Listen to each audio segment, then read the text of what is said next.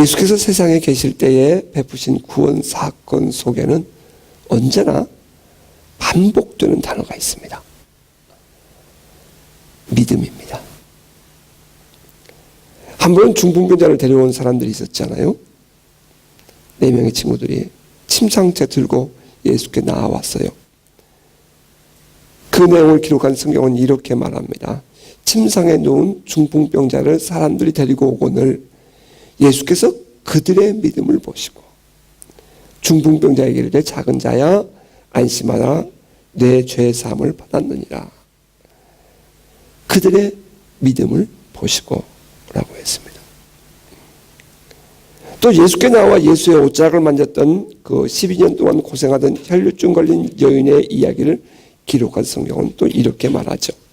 12해 동안이나 혈류증으로 앓는 여자가 예수의 뒤로 와서 그 겉옷가를 만지니 이는 제 마음에 그 겉옷만 만져도 구원을 받겠다 함이라.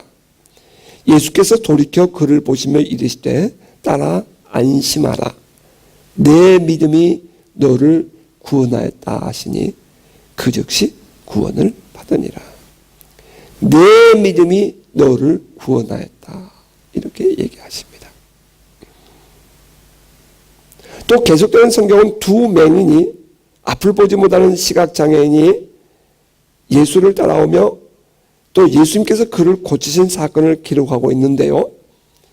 예수께서 거기에서 떠나가실새 두 맹인이 따라오며 소리질러 이르되 다윗의 자손이여 우리를 불쌍히 여기소서 하더니 예수께서 집에 들어가심에 맹인들이 그에게 나아오거늘 예수께서 이르시되 내가 능히 이 일을 할 줄을 믿느냐?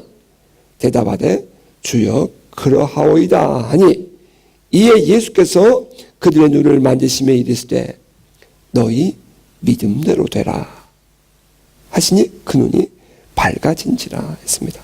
너희 믿음대로 되라. 너희 믿음대로 되라. 그들의 믿음을 보시고 또 내 믿음이 너를 구원하느니라 하신 예수님의 이후에는 너희 믿음대로 되라 말씀하셨습니다. 그것뿐이 아니죠. 예수께서 가버나움에 가셨을 때였습니다. 한 백부장이 예수께서 나와서 말합니다. 주여 내 하인이 중풍병으로 집에 누워 몹시 괴로워하나이다. 그러자 예수께서 말씀하시기를 그래 내가 가서 고쳐주리라 이렇게 하셨더니 백부장이 말합니다. 주여 내 집에 들어오심을 나는 감당하지 못하겠사오니 다만 말씀으로만 하옵소서. 그러면 내 하인이 낫게 삼나이다. 나도 남의 수하에 있는 사람이요 내 아래도 군사가 있으니 이대로 가라 하면 가고 저대로 오라 하면 오고 내 정도로 이것을 하라 하면 하나이다. 이 말을 들은 예수께서 깜짝 놀라시며 말씀하시죠. 내가 진실로 너희에게 이르노니 이스라엘 중 아무에게서도 이만한 믿음을 보지 못하였노라. 그리고 백부장이 또 말씀하신 내용 성경은 이렇게 기록합니다. 예수께서 백부장에게 이르시되 가라 내 믿은 대로 될지어다 하시니 그 즉시 하인이 나으니라 이렇게 기록하고 있습니다. 백부장의 믿은 대로 그 하인이 나음을 입었습니다. 하루는 예수께서 베드로, 야고보, 요한을 데리고 높은 산에 올라가 기도하고 내려오신 일이 있었잖아요. 그날 밤 예수가 변화되었다 해서 우리는 그 산을 변화산이라고 말합니다. 그 변화산에서 기도를 하고 하시는 동안에 산 아래에서는 귀신 들린 한 아이를 데려온 아버지와 다른 제자들 사이에 변론이 이루어지고 있었습니다. 왜냐하면 귀신 들린 아이를 데리고 온 아버지가 제자들에게 이 아들을 고쳐달라고 했는데 제자들이 고치지 못한 것입니다. 그러자 그곳에 함께 있었던 서기관들 또 많은 사람들 유대인들이 이 제자들을 핀잔을 주면서 이제 거기에 반론하고 또 핀잔을 주고 하는 그런 변론이 이루어지게 되었습니다. 그때 예수께서 그들 가운데 오셨습니다. 이에 그들이 제자들에게 와서 보니 큰 무리가 그들로 그들을 둘러싸고 서기관들이 그들과 더불어 변론하고 있더라. 온 무리가 곧 예수를 보고 매우 놀라며 달려와 문안 나거늘. 예수께서 물었습니다. 너희가 그들과 무엇을 변론하느냐? 그때 그 무리 속에서 한 사람이 툭 튀어나오면서 이렇게 말합니다. 선생님, 말 못하게 귀신 들린 내 아들을 선생님께 데려왔습니다. 귀신이 어디서든지 그를 잡으면 거꾸로서 거품을 흘리며 이를 갈고 또 그리고 파리해지는지라. 제가 선생님의 제자들에게 내쫓아달라고 했는데 그들이 능히 하지 못하더이다. 그 말을 들은 예수님이 그들을 향해서 꾸짖었지요. 믿음이 없는 세대요. 내가 얼마나 너희와 함께 있으며 얼마나 너희에게 참으리요. 그를 내게로 데려오라. 아이를 데려왔는데 귀신이 예수를 보더니 그 아이로 하여금 심히 경련을 일으키게 하고 그 아이가 땅에 엎드려서 거품을 품으면서 뒹굴었습니다. 그때 예수께서 말씀하시죠. 언제부터 이렇게 되었느냐? 예, 어릴 때부터입니다. 귀신이 그를 죽이려고 불과 물에 자주 던졌습니다. 그러나 무엇을 하실 수 있거든 우리를 불쌍히 여기사 도와주옵소서. 아버지가 그렇게 말합니다. 이 말을 들은 예수께서 화들짝 놀라시면서 이렇게 말씀하시죠. 할 수 있거든 무슨 말이냐? 믿는 자에게는 능히 하지 못할 일이 없느니라. 귀신 들린 아버지의 고백이 무엇입니까? 무엇을 하실 수 있거든 우리를 불쌍히 여기셔서 도와주십시오. If you can do anything, take pity on us and help us. 우리를 불쌍히 여기고 도와주십시오. 사실 이 얼마나 비참한 믿음입니까? 지금 자기 앞에 계신 분이 누구예요? 자기 앞에 서신 분이 누구예요? 근데 그분을 보지 못한 이 사람의 고백 들어보십시오. 무엇을 하실 수 있으면, 무엇을 하실 수 있으면 뭐예요? 그분이 바로 주인인데 우리를 불쌍히 여기셔서 도와주옵소서. 늘 신앙생활을 한다고 주님께 나와 있으면서도 이 내 안에 진정한 믿음의 고백이 없어서 그 불쌍한 모습으로 살아가고 있는 오늘 현대인들의 모습은 아닐런지요. 아니 주님이 하시면 무엇이든지 하실 수 있습니다. 불쌍히 여겨주십시오. 고쳐주십시오. 살려주십시오. 이래도 시원치 않을 것인데 무엇을 하실 수 있거든 이라니요. 오늘날 너무도 많은 현대인들이 예수를 그렇게 믿고 있다 이 말입니다. 오히려 벼랑 끝에 서서 주님 내가 주님을 믿어요 하고 몸부림치며 살아가며 하나님의 기적을 체험하는 사람들 향해서 이상하다, 맹신자다, 잘못됐다라고 손가락질하고 있는 것이 오늘 이 시대의 삶의 모습 아니겠습니까?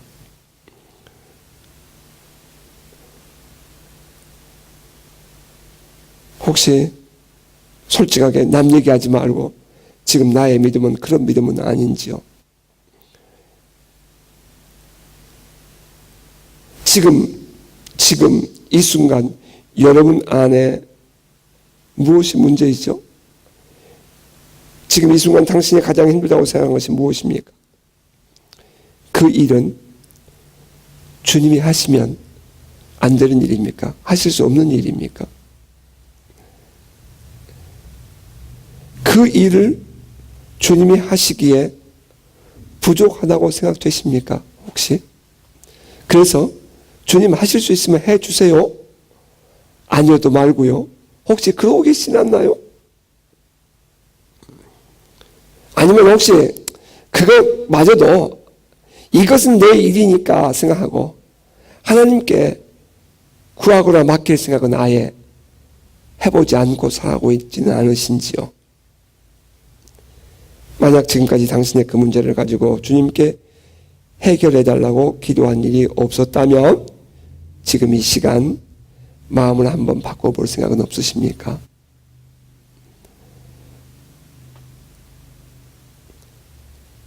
무엇을 하실 수 있거든 불쌍히 여겨주세요 하는 것이 아니라 오히려 주님 해주세요. 나 주님 믿어요. 여러분이 믿기로 다짐하고 결심하면 하나님은 여러분 안에 놀라운 하나님의 방법과 하나님의 계획과 하나님의 마음을 부어주실 것입니다. 여러분 믿으십니까? 무엇을 하실 수 있거든 불쌍히 여겨주세요. 이 고백이 오히려 예수의 마음을 화나게 하셨어요. 속상하게 했어요. 할 수 있거니 무슨 말이냐. 믿는 자에게 능치 못할 일이 없느니라.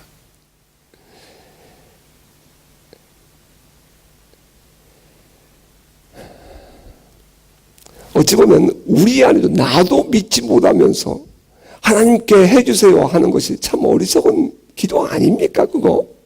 나도 못 믿으면서 실은 하나님께 해주세요 라고 기도하는 거예요.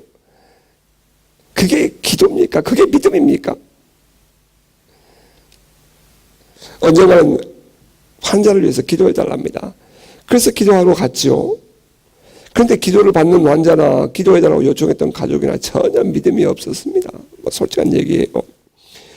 소문이 치유하는 목사는 소문이 나고 우리 교회에 가면 병이 고쳐진다는 소문이 있어서 우리 교회에 온 것이지 그분들이 믿음을 가지고 있는 것은 아니었어요. 그러니까 지금까지 길들여져 온 그런 신앙의 방법 그거 고집하고 있었죠.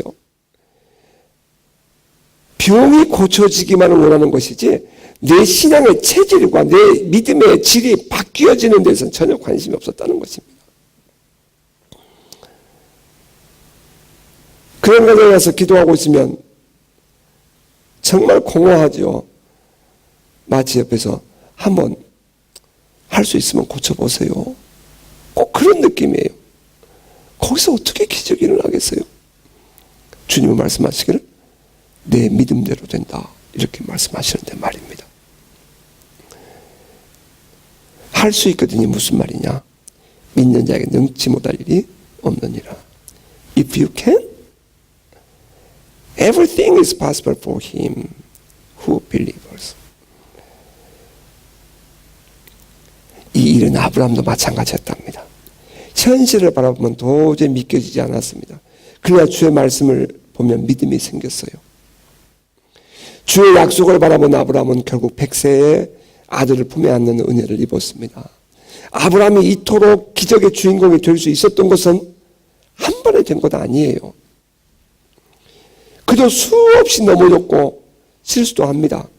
하지만 그러한 과정 속에서 하나님은 아브라함에게 약속하신 것을 이루기 위해서 아브라함의 믿음을 다시 세워지고 또 세워지고 또 세워지고 하면서 25년이라는 기간을 보냅니다. 하나님의 손 안에서는 아브라함의 나이 100세가 문제가 되지 않습니다. 인간의 가능과 불가능이라는 것은 하나님의 손 안에서는 하나님의 능력 안에서는 아무런 의미가 없어요. 하나님이 하시기로 마음을 가지시면 불가능한 일이 없습니다. 사람은 마음이 조급해도 하나님은 결코 조급하지 않습니다. 하나님이 보시는 것은 아브라함의 믿음이었어요.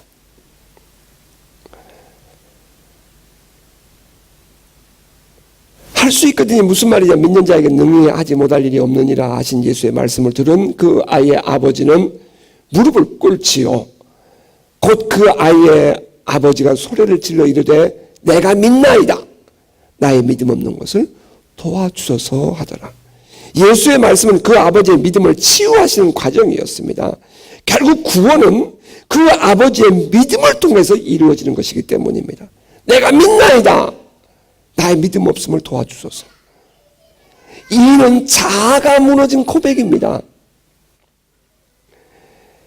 한순간에 고집스러웠던 자신의 모습을 그런 스스로가 토해내는 거예요. 어느 누구도 자기의 자존심을 꺾이는 것을 좋아하지 않습니다. 하지만 이 아버지는 예수님 앞에서 솔직한 자신의 모습을 드러내고 말았습니다. 사실 이거 쉽지 않습니다. 쉽지 않은 것을 하는 것이 믿음이에요. 자아가 깨지고 사람들 앞에서 자신의 믿음 없음을 드러내는 것만큼 자존심 상하는 일이 없다 하는 것, 이건 모두가 다 인정합니다. 그런데 이것이 믿음이에요. 그 아버지는 그렇게 말했습니다. 내가 믿습니다. 하지만 나의 믿음 없는 것을 도와주십시오. 내가 믿음 없다는 것을 인정하는 것이 진정으로 믿음이 있음을 드러내는 그런 고백이었던 것입니다. 믿음이 없으면서 있는 척 하는 것이 아니라 내 믿음 없음을 드러내고 나 도와주세요, 믿음을 주세요 했던 그것이 진정한 믿음이라 이 말입니다. 결국 이 과정을 통해서 예수는 그 아버지의 믿음을 치료하셨고 먼저, 그리고 이어서 귀신을 축사하시고 그 아이를 고쳐서 돌려보내 주셨습니다. 주님은 늘 우리들의 믿음을 요구하십니다. 오병이의 기적을 보시던 그날 밤이었습니다. 예수님은 제자들을 제쪽에서 바다 건너편으로 가라 하시고 당신은 산에 올라가서 기도하셨죠. 한참 배가 술이나 떨어져서 가는데 저 멀리 바람이 불면서 배가 흔들리고 이 배 안에 들어있는 제자들이 심히 고통을 당했습니다. 밤 4경쯤 돼요. 유대인들은 시간을 1경, 2경, 3경, 4경으로 밤 6시부터 새벽 6시까지를 나누게 되는데 밤 4경쯤 돼요. 그럼 간밤을 다 지난 겁니다. 거의 새벽녘쯤 돼요. 그런 뜻이죠. 예수께서 무리를 걸어서 제자들에게 다가오셨습니다. 그 모습을 바라본 제자들이 유령이라 하고 깜짝 놀랐습니다. 그랬더니 예수께서 안심하라, 내니 두려워하지 말아라 그랬습니다. 주여, 만일 주님이시거든 나를 명해서 무리를 오라 하소서. 그랬더니 예수께서 오라, 베드로가 그 무리를 걷습니다. 무리를 걷던 베드로가 한순간에 바람을 보면서 무서워하며 바다에 빠졌습니다. 성경은 이렇게 기록합니다. 오라 하시니 베드로가 배에서 내려 물 위로 걸어서 예수께로 가되 바람을 보고 무서워 빠져가는지라 소리질러 이르되 주여 나를 구원하소서 하니, 예수께서 즉시 손을 내밀어 그를 건져주시면서 이렇게 말씀하십니다. 믿음이 작은 자여 왜 의심하였느냐. 여러분, 물을 걷는 것이 정상입니까? 아니면 물에 빠지는 것이 정상입니까? 무리를 걷다가 바람이 불어 풍랑이 일어나니 순간 베드로는 무서운 생각이 들었습니다. 그래서 물에 빠졌습니다. 그런데 이것이 정상 아닙니까? 그런데도 불구하고 주님은 믿음이 작은 자여 왜 의심했느냐라고 책망을 했다는 사실입니다. 우리가 가지고 있는 믿음이 한순간 부는 바람과 비교가 될 수 있다는 말인가요? 무리를 걷는 믿음이라면 얼마나 큰 믿음입니까? 그런데 그 무리를 걷던 믿음이 한순간 부는 바람 때문에 사라졌습니다. 우리 주변의 상황 때문에 주님만 바라보며 꿈꾸는 것처럼 살았던 우리의 믿음 생활이 한순간에 날아갈 수 있다 하는 사실을 깨닫게 해줍니다. 무리를 걸어가는 것처럼 하루하루를 그렇게 살아왔는데 한순간에 그냥 푹 주저앉을 수 있다는 말이에요. 한편 생각해보면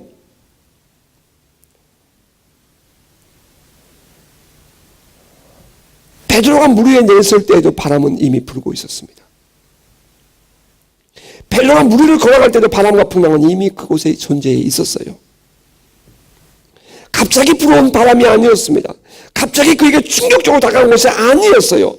그 바람 속에는 이미, 그 바람 속에서 이미 그는 그 물 위를 걸어오고 온 것입니다.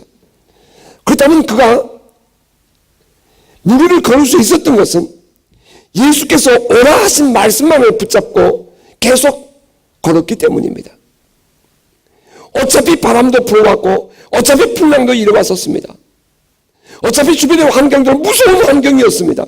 그러나 그 환경 속에서 베드로는 오라 하신 그 말씀 의지하고 한순간에 뛰어내려서 무리를 걸었습니다.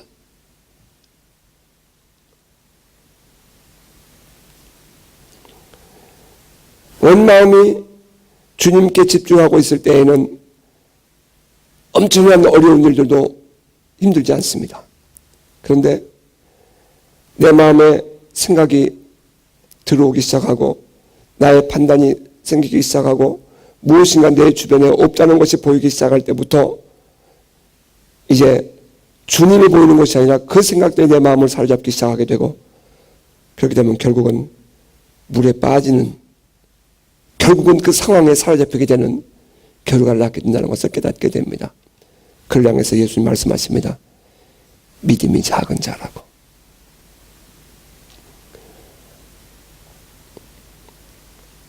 오늘날 사람들 같으면 이것이 정상 아니냐고 말할 것입니다.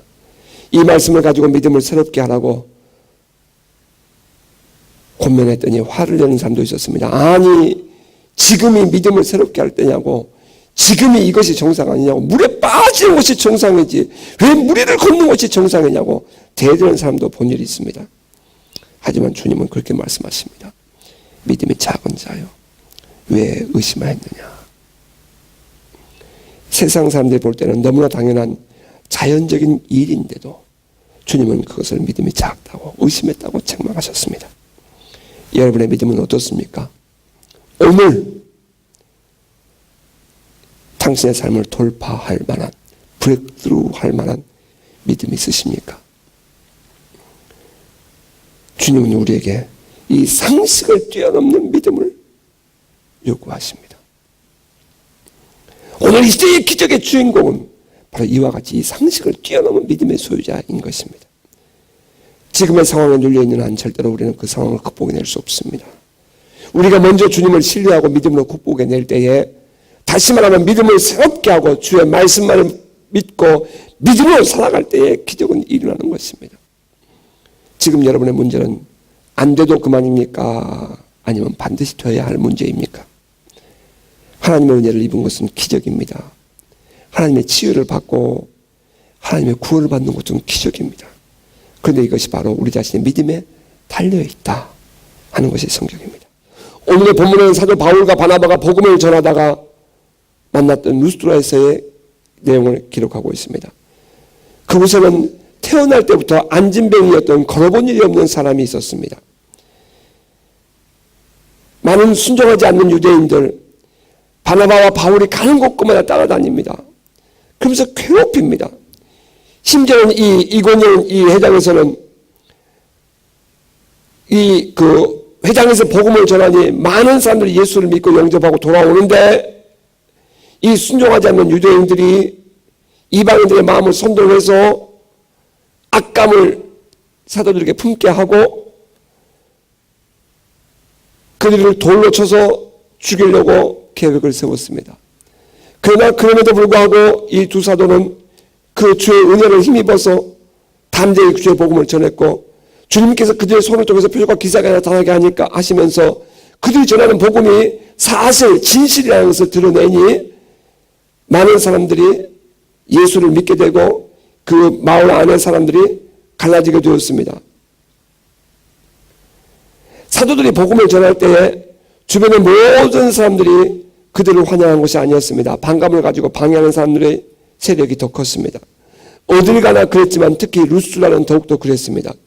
이제 이 안진병을 일으킨 사건 이후에 이 루스드라에서 어떤 사건이 생기냐면은 이 유대인들이, 쫓아온 유대인들이 그 동네 사람들을 전부 이렇게 악감을 품게 만들어가지고 충동질해가지고 돌로 바울을 때렸습니다. 그래서 바울이 돌에 맞아 죽습니다. 사람들이 바울이 죽은 줄 알고 성 밖에 갖다 버렸습니다. 시체를. 그런데 곧 바울이 깨어납니다. 그럼 다시 또 살아납니다. 그래서 다시 성으로 들어갑니다.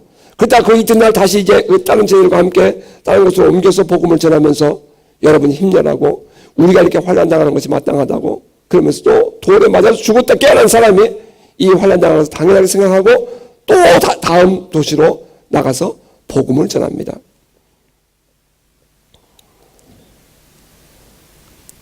어떤 사람이 저에게 그렇게 묻는 것을 보았어요. 꼭 목사님이 왜 굳이 그렇게 기적을 보이려고 하느냐고. 그냥 복음만 전하면 됐지. 글쎄요. 사도 바울이 그렇게 했으니 저도 그렇게 하는 것이고, 제 안에 계신 성령께서 그것을 기뻐하시니 저도 그렇게 하는 것입니다.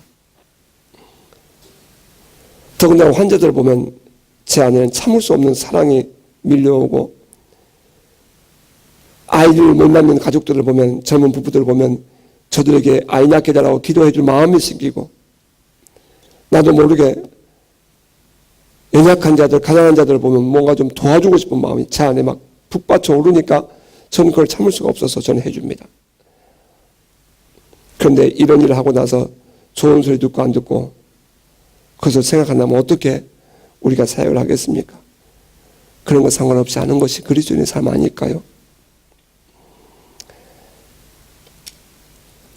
바울과 바나바가 루스드라에 들어갔습니다. 성경은 이렇게 기록합니다. 루스드라에 발을 쓰지 못하는 한 사람이 앉아있는데 나면서 걷지 못하게 되어서 걸어본 적이 한 번도 없는 자라. 바울이 말하는 것을 듣거늘 바울이 주목하여 구원받을 만한 믿음이 그에게 있는 것을 보고 큰 소리를 이르되 내 발로 바로 일어서라. 아니 그 사람이 일어나 걷는지라. 날 때부터 안진병이 된 자였습니다. 한 번도 걸어본 적이 없었습니다. 바울이 복음을 전하는 곳에 그 사람이 함께 있었습니다. 바울이 전하는 복음에 귀를 세우고 듣고 있는 모습을 바울이 봅니다. 여기에 중요한 말이 있습니다. 바울이 말하는 것을 듣고는, 바울이 주목하여 구원받을 만한 믿음이 그에게 있는 것을 보고, 영어로 봐야 이게 좀 더 분명해집니다. He listened to Paul as he was speaking. Listen to, 주목하여 봤다는 것입니다. 무엇인가를 집중하여 볼 때 listen이라는 단어를 씁니다. hear는 들리는 것이라면 listen은 듣는 것입니다. 설교를 들을 때 listen to 이렇게 얘기합니다. He listened to Paul as he was speaking. 사도 바울이 복음을 전하는 것을 주목해서 열심히 집중해서 들었다는 말입니다. Paul looked directly at him. Paul이 look at him. 그를 보았어요. 그냥 이렇게 보인 것이 아닙니다. 폴이 보았습니다.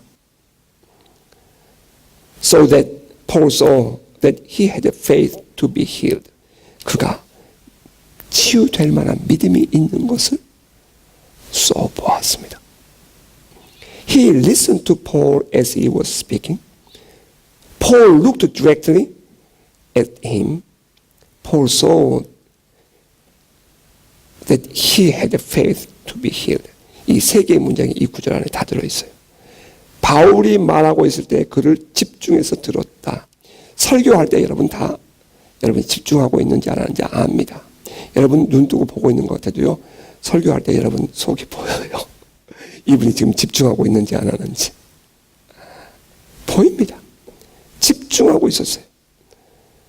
바울이 그를 주목하여 보았다고 했습니다. Looked at him. 그를 보았습니다. 그냥 보인 게 아니에요. 그냥 그를 집중해서 보았어요.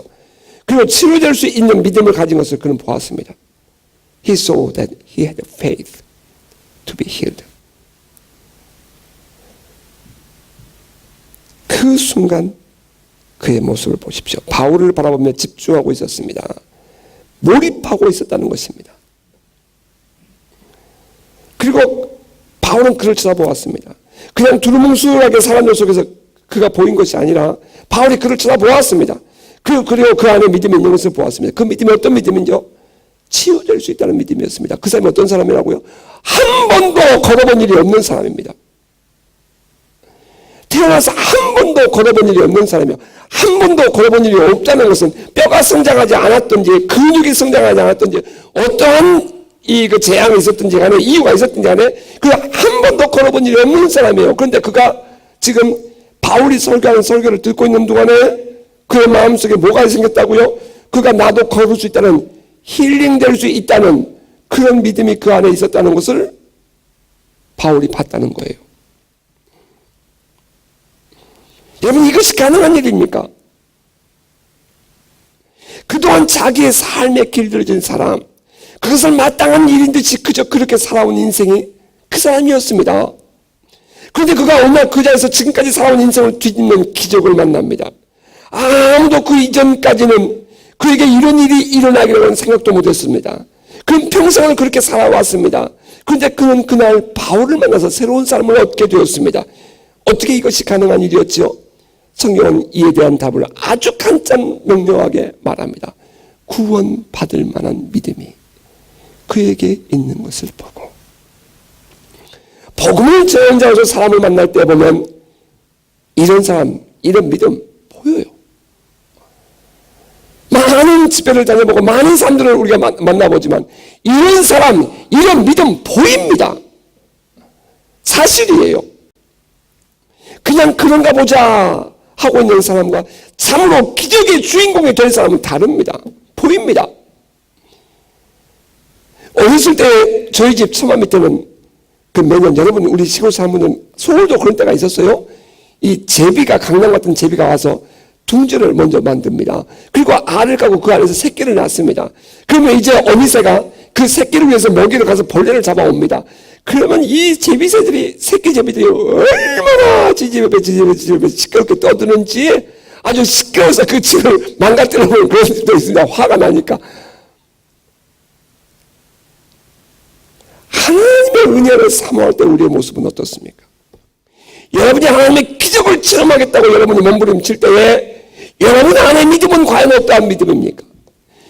어쩌면 그 새끼 제비가, 어미 제비가 물고 온 그 먹이를 먹여달라고 지지배 울부짖는 것보다 못하는 그런 믿음으로 우리는 하나님 앞에 나오고 있는 것은 아닌가 하는 것입니다. 우리가 하나님의 은혜를 사모할 때에 우리는 어떻게 해야 할 것인가 우리는 다시 한번 생각해 보게 됩니다. 과연 우리 안에는 이러한 믿음이 있습니까? 기적은 저절로 일어나지 않습니다. 기적을 수반하는 믿음이 되기 위해서 우리가 가져야 할 마음과 삶의 자세, 어떠해야 할 것이라고 생각하십니까?